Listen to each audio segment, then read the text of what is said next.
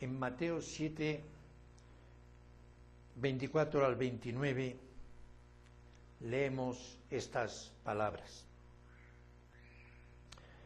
Cualquiera, pues, que me oye estas palabras y las hace, le compararé a un hombre prudente que edificó su casa sobre la peña. Y descendió la lluvia, y vinieron ríos, y soplaron vientos, y combatieron aquella casa. Y no cayó, porque estaba fundada sobre la peña. Y cualquiera que me oye estas palabras y no las hace, le compararé a un hombre insensato que edificó su casa sobre la arena, y descendió la lluvia, y vinieron ríos, y soplaron vientos, e hicieron ímpetu en aquella casa, y cayó, y fue grande su ruina. Y fue que, como Jesús acabó estas palabras, las gentes se admiraban de su doctrina, porque les enseñaba como quien tiene autoridad y no como los escribas.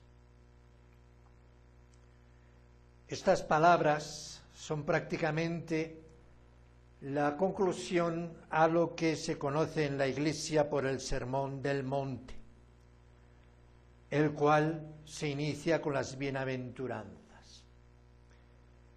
Y estas palabras de Jesús Mesías han sido elegidas por este ministerio como las inspiradoras que empapen el espíritu con que hemos de tratar, enfocar y entender estas temáticas, ya que nos proponemos meditar acerca de nuestra fe confesional, o sea, acerca de la fe fundamental. E innegable es que la ilustración o metáfora o parábola, como queramos verlo, es muy apropiada al tema o temas que nos ha reunido en esta ocasión, alrededor de la palabra. La palabra del Mesías es el fundamento de nuestra fe, la roca de los siglos sobre la cual debe estar edificado el sistema doctrinal, teológico o, si se prefiere, dogmático. Así pues, siendo en este caso una grabación adaptada y actualizada de la que se hiciera in situ, hemos considerado adecuado eliminar aspectos circunstanciales que se dieron en el prólogo a modo de salutación, iniciándonos prácticamente en las últimas expresiones del mismo. Se concluyó pues el prólogo y salutación con estas palabras. Como digo, son las últimas palabras del prólogo y la salutación.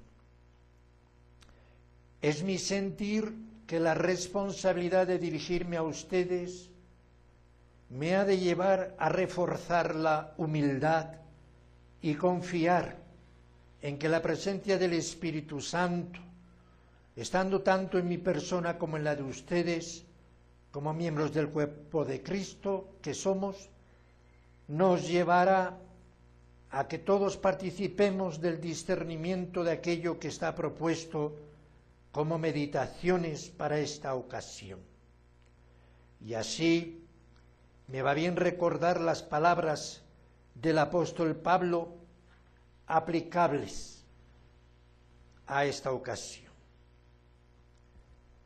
Asimismo, los profetas hablen 2 o 3 y los demás juzguen. Y si algo le fuere revelado a otro que estuviere sentado, calle el primero, porque podéis profetizar todos, uno por uno, para que todos aprendan y todos sean exhortados. Y los espíritus de los profetas están sujetos a los profetas, pues Dios no es Dios de confusión, sino de paz, como en todas las iglesias de los santos. Hemos leído en la versión Reina Valera 1960, 1 de Corintios 14, 29 al 33. Así pues, mis hermanos, sujetos a la Escritura, todos debemos ejercer discernimiento de cuanto oímos y comentamos.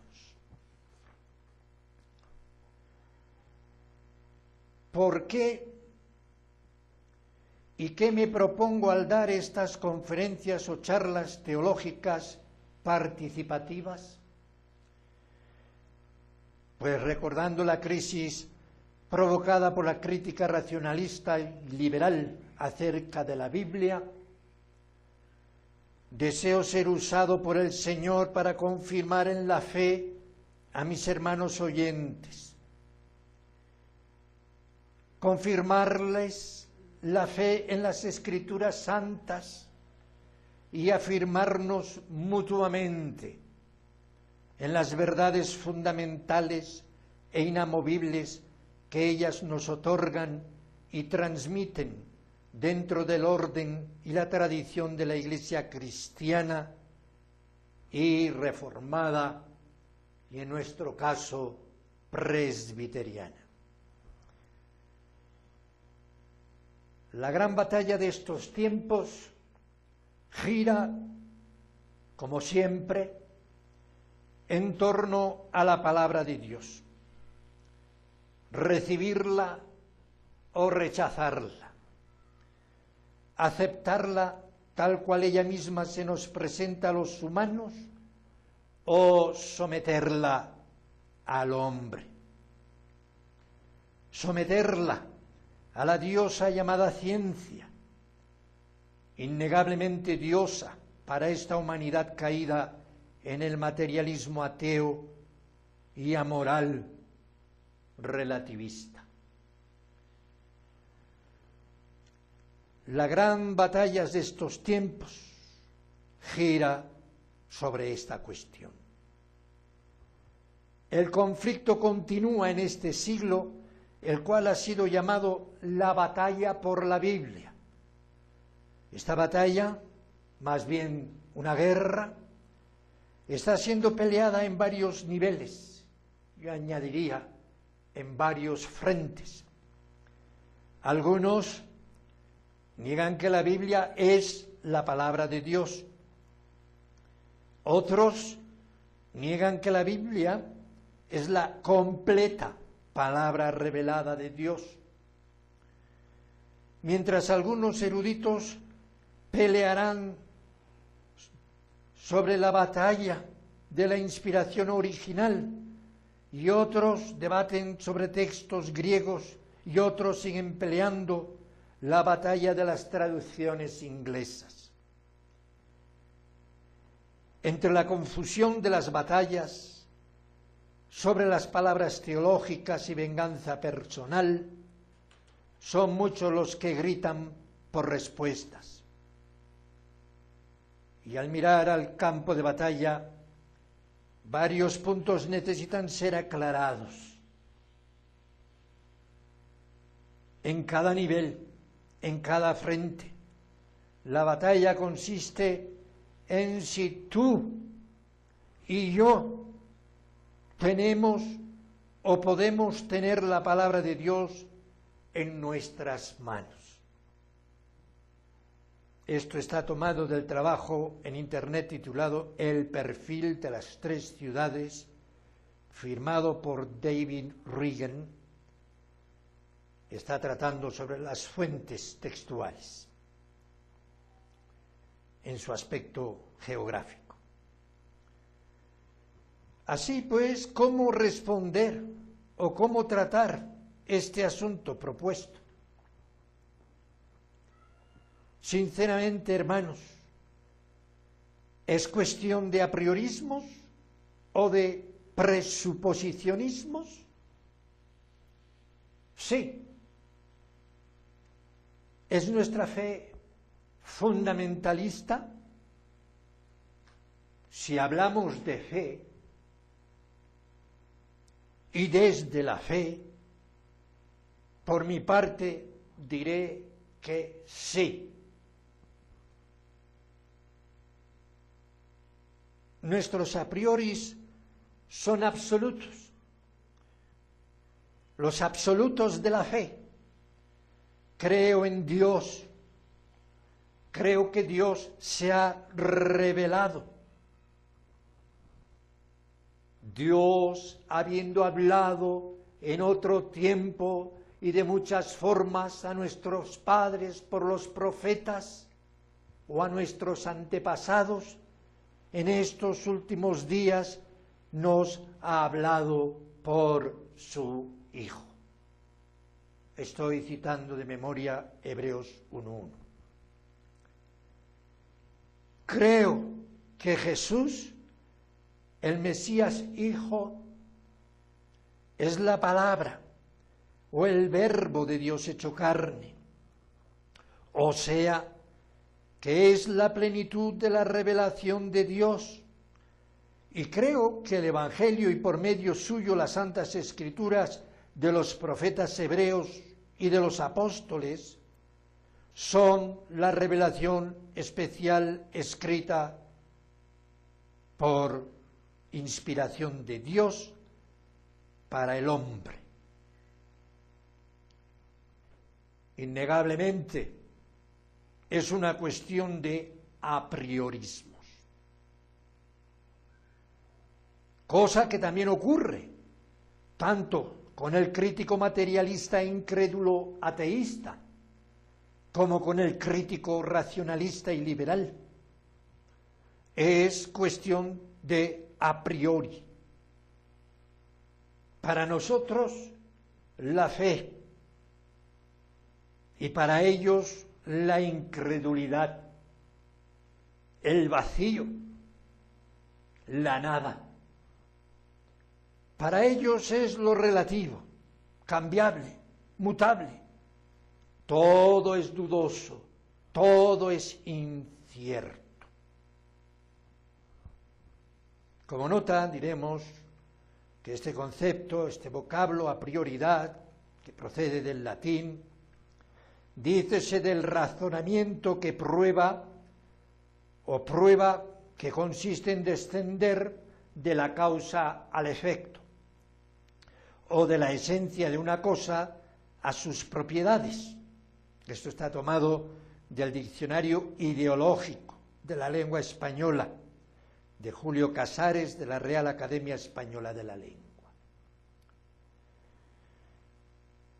Y hermanos, ¿no es este el método lógico de razonamiento usado por San Pablo en Romanos 1, 18 al 25, bajo la inspiración del Espíritu Santo? ¿No es acaso el mismo razonamiento el del Mesías cuando dijera: porque cada árbol por su fruto es conocido, que no se cosechan higos de los espinos, ni se vendimian uvas de las zarzas? Lucas 6:44. De la nada esperamos el fruto de esta gigantesca creación cósmica y terrenal. De la nada. Y de la nada no podemos esperar sino nada. ¿Verdad, hermanos?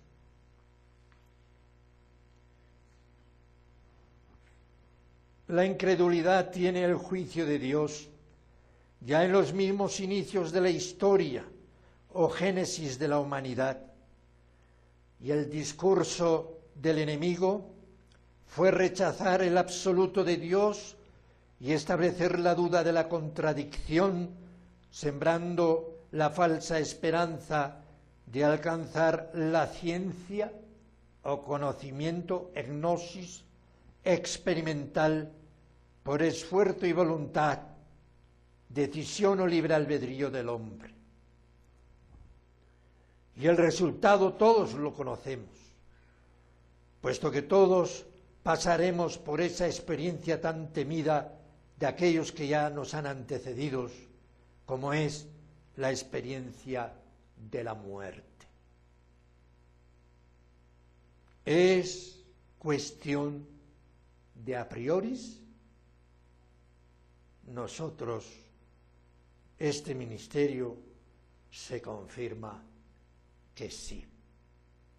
Es cuestión de a prioris. Nosotros nos situamos en los a prioris de los absolutos de la fe.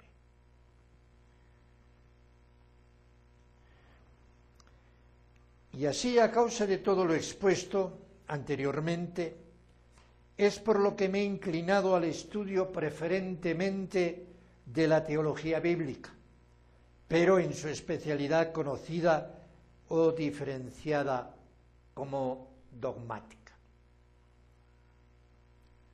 ¿Qué es dogmática? ¿Qué estudia la dogmática? ¿No es también teología? Aunque este ministerio recomienda como texto base de estudio sobre estas materias al profesor Dr. Luis Berkhof en sus trabajos titulados Introducción a la Teología Sistemática e Historia de las Doctrinas Cristianas, no es mi propósito ser un mero repetidor, punto por punto, de lo que en ellas se expone y enseña. Hay que leerlos, hay que meditar personalmente tema tras tema tan valioso trabajo y bien documentado en tan trascendente materia. No es mi didáctica ni mi objetivo académico en sí mismo, sino confirmarnos en la fe. No es meramente intelectual y de conocimientos teóricos, sino espiritual, que promueve avivamiento, que lleva o provoca a la lógica o al razonar de la fe y desde la fe.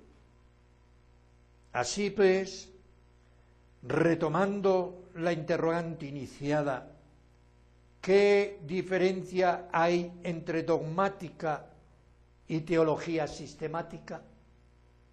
¿Qué estudia o enseña la dogmática reformada? Este ministerio, sintetizando todo lo enseñado y expuesto por dicho Luis Berkhof, profesor, como también al doctor Charles Hodge en su teología sistemática, o incluso al dispensacionalista de teología calvinista en soteriología e iglesia propia y teología propia, el doctor Schaffer, sitúa y reconoce como dogmática aquellas obras que expresan la fe de la iglesia compartida y testificada como pueblo de Dios en el nuevo pacto. Doctrinas que, originadas y sustentadas por las Escrituras, son recibidas, creídas, enseñadas, predicadas y que además son tenidas como reglas en el orden eclesiástico de fe, orden y disciplina. Así pues, en este caso, están los credos, confesiones, catecismos, resoluciones conciliares, resoluciones sinodales, cuando son realizados dentro de la comunión del cuerpo de Cristo y dentro de la ortodoxia apostólica registrada en el Nuevo Testamento. Quisiera llevarles, mis hermanos, a la observación de que la Iglesia primitiva la mesiánico-apostólica, según el testimonio de los escritos apostólicos, fue primeramente y ante todo confesante, dogmática antes que sistemática.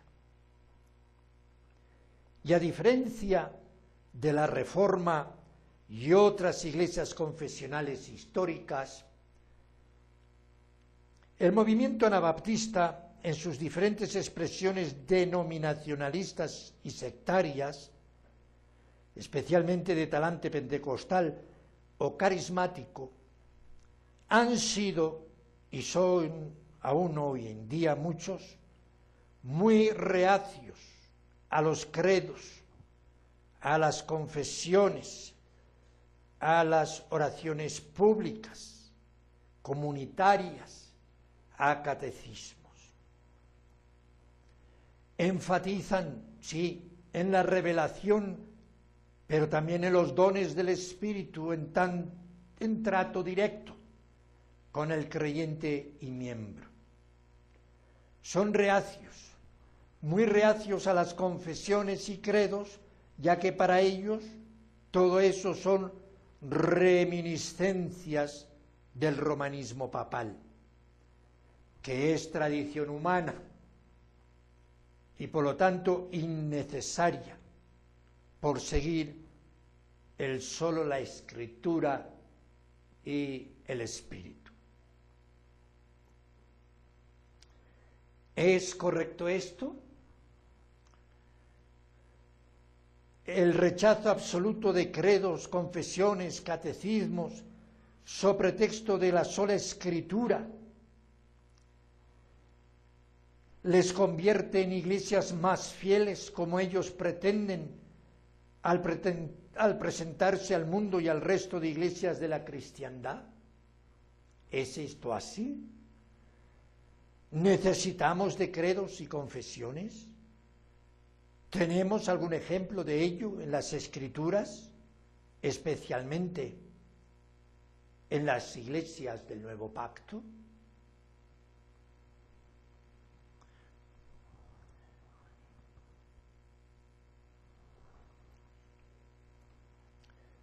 Las Escrituras testifican de la importancia de confesar. La Iglesia Apostólica proclamó la fe en el Mesías Jesús como aquel que había cumplido las profecías anunciadas ya en el Antiguo Pacto. Esa fue su predicación y proclamación pública ya desde el mismo inicio. Arche tu Evangelium Jesu Christu, principio, inicio del Evangelio de Jesús, el Mesías, Jesús, tu Theou, Hijo de Dios. Hos gegraptai en tois profetais, como fue escrito por los profetas, idu, he aquí, ego apostelo ton angelo mu proprio sopus. Yo envío al mensajero mío delante de tu presencia.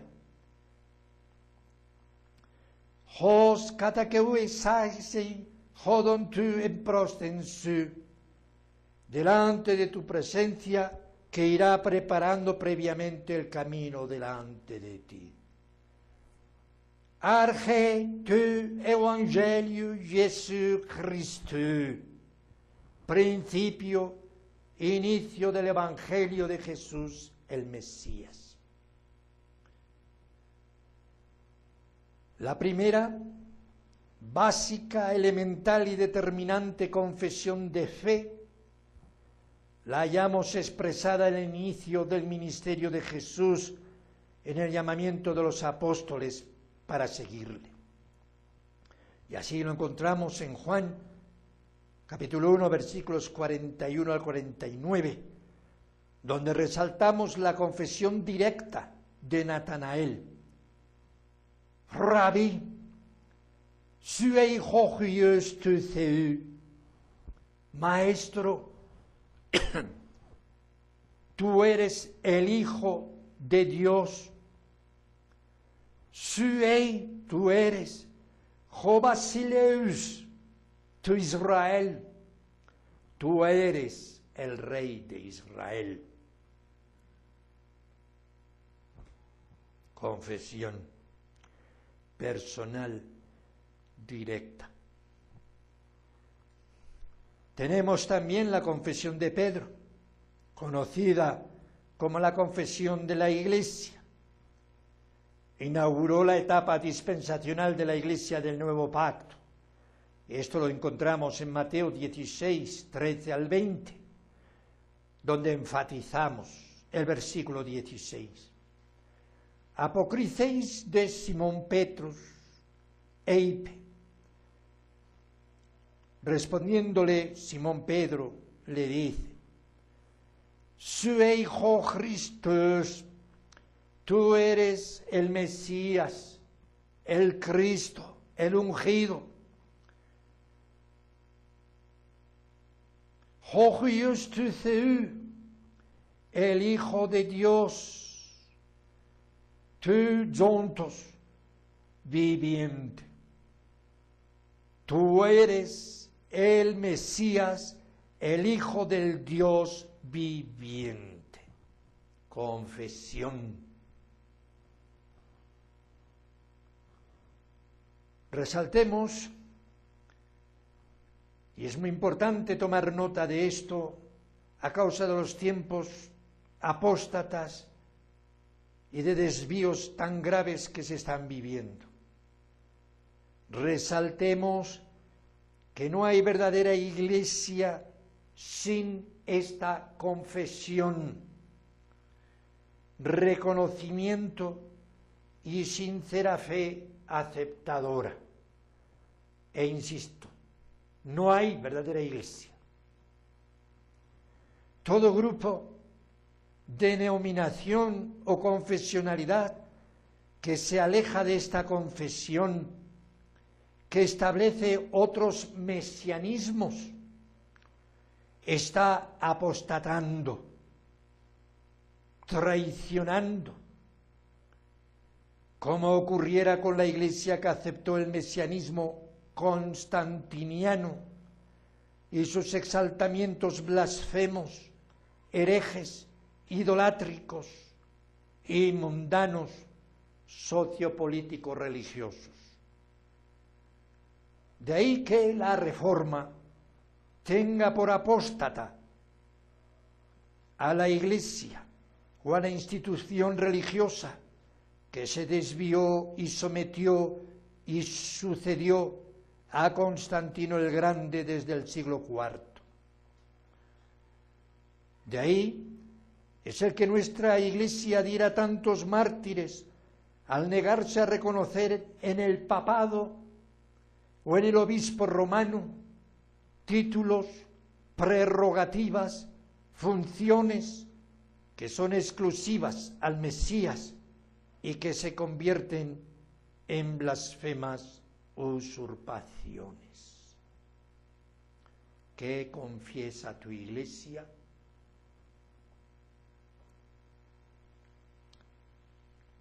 Jesús condicionó la salvación a confesarlo o no confesarlo delante de los hombres.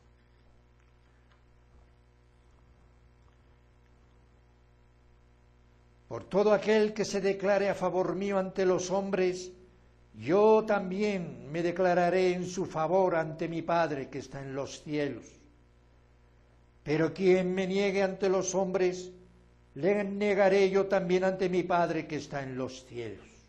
Hemos tomado en este caso la traducción de la versión de la Biblia de Jerusalén. Entre varias traducciones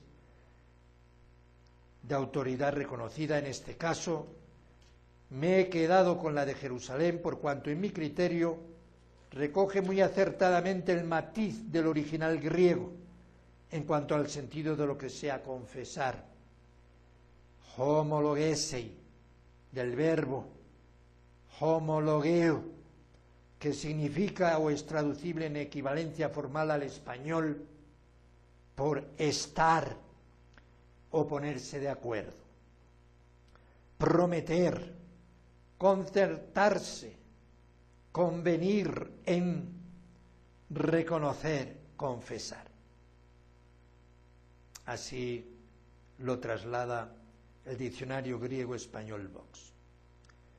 La idea aplicada en la traducción de los textos bíblicos citados es reconocer de forma pública, en todo momento y ante todos, que Jesús es el Mesías, el Hijo del Dios viviente, el Señor, que se está de acuerdo y se reconoce públicamente que el hombre, Jesús de Nazaret, es el Mesías Hijo. Innegablemente esto implica la comunicación de una verdad, unas palabras, unos pensamientos, o sea, una confesión de fe. Y esto, en el pasar del tiempo, poco tiempo, se convertirá en dogma, o sea, doctrina de fe y condicionante de comunión. ¿O no es esto así, mis hermanos? ¿Podrían ustedes tener comunión con los antitrinitarios? ¿Podrían ustedes tener comunión con los racionalistas críticos y con los liberales o los modernistas que tan solo aceptan un Cristo histórico, humano y necesitado de desmistificación, rechazando con ello al Cristo de la Iglesia, al Cristo confesado por la Iglesia?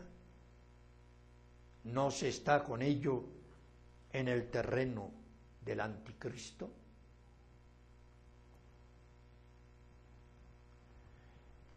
En el testimonio de Juan Apóstol, negar, rechazar o no confesar a Jesús como el Mesías venido en carne conlleva el juicio de ser señalado o tenido por un anticristo. Y no permanecer en su doctrina o en sus enseñanzas es ser engañador, errado, seductor. Vean ustedes, tienen en 1 de Juan 2:20 al 23, 4:12 al 15, 2 de Juan del 7 al 10. Hoti poloi plano y selthon eistan casman, porque muchos extraviados, engañadores, errados, salieron hacia el mundo. Joime homologuntes Jesús Christón, los cuales no confiesan a Jesús Mesías, erjómenon en sarquí, venido o habiendo venido en carne. Estos estin planos kai hoi anticristo. Estos son, o este es el engañador y el antimesías o anticristo.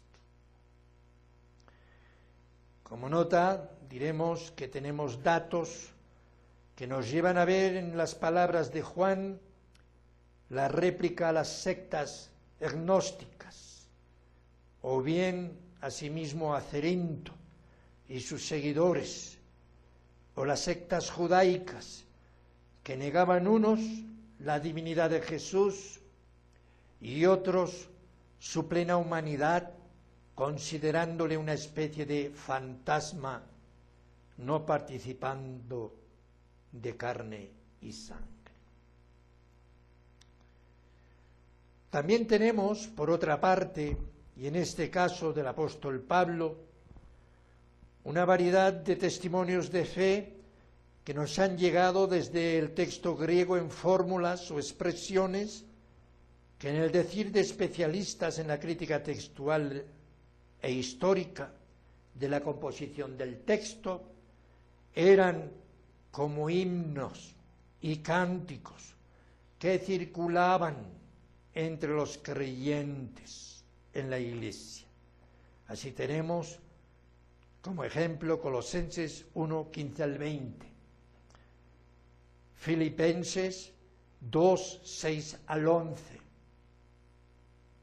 Tenemos asimismo como fórmulas de fe 1 de Corintios 8, 6, 1 de Timoteo 2, 5, y el himno confesional más maravilloso que nos ha llegado de la antigüedad cristiano-apostólica y como expresión de la fe esencialmente trinitaria. 1 de Timoteo 3, 16. Caí homologumenos mega estito tes eusebeias mysterium. Y unánimes confesamos, mega esti, grande es, totes eusebeias mysterium. Grande es el misterio de la piedad. Theos efanerofe ensarquí. Dios se hizo manifiesto en carne. Edicaióce en pneumati, justificado en el Espíritu. Ofce angelois, visto de los ángeles. Equerugce en ethnesi, anunciado entre las etnias, entre las familias. Episteuce en cosma, creído en el mundo. Anelefce en doxe, recibido en gloria. Maravilloso himno, maravilloso testimonio de fe. Así pues, no tenemos ninguna duda por nuestra parte del correcto uso de credos, de confesiones, catecismos, etc. Está claro que en la labor de testificar no recitamos toda la Biblia. Esto es en la práctica absolutamente imposible y es además antipedagógico. Recurrimos a resumir lo esencial de la fe. Y esto lo hacen incluso aquellos que niegan la legitimidad del uso de credos y confesiones. Tienen que recurrir a resumir en sus testimonios lo esencial de la fe. Recurrimos a sintetizar ordenada y temáticamente la enseñanza extraída de la Escritura. La verdad y las verdades de las Escrituras no están dadas en ellas como en un diccionario, o como en un tomo de teología sistemática, o como en una concordancia. Las verdades divinas dadas en las Escrituras están diseminadas a lo largo de todas sus páginas. Y además, esto es importante, están entremezcladas con hechos y acontecimientos históricos de la intervención divina en el trato con los humanos elegidos por Él y sus circunstancias. Y es así que la naturaleza de nuestra mente necesita recurrir a la ordenación y selección de la información que de ella extraemos para necesariamente tener una cabal, lógica y racional expresión sobre el tema o temas objeto de nuestro interés y que formarán parte de nuestra fe. Dios es nuestro creador y sabe más que ningún otro cómo nos debe tratar. Él nos trata como seres racionales, como individuos pensantes, como seres morales responsables, y nuestra mente es finita, y es por ello que necesitamos de metodología, necesitamos de análisis, nuestra mente necesita de comparación, necesita de la tesis y la antítesis, necesita de orden temático y conclusión. Hermanos, es evidente que necesitamos de confesiones, de predicaciones, de discursos y estudios, de estudios doctrinales, de teología, de dogmática.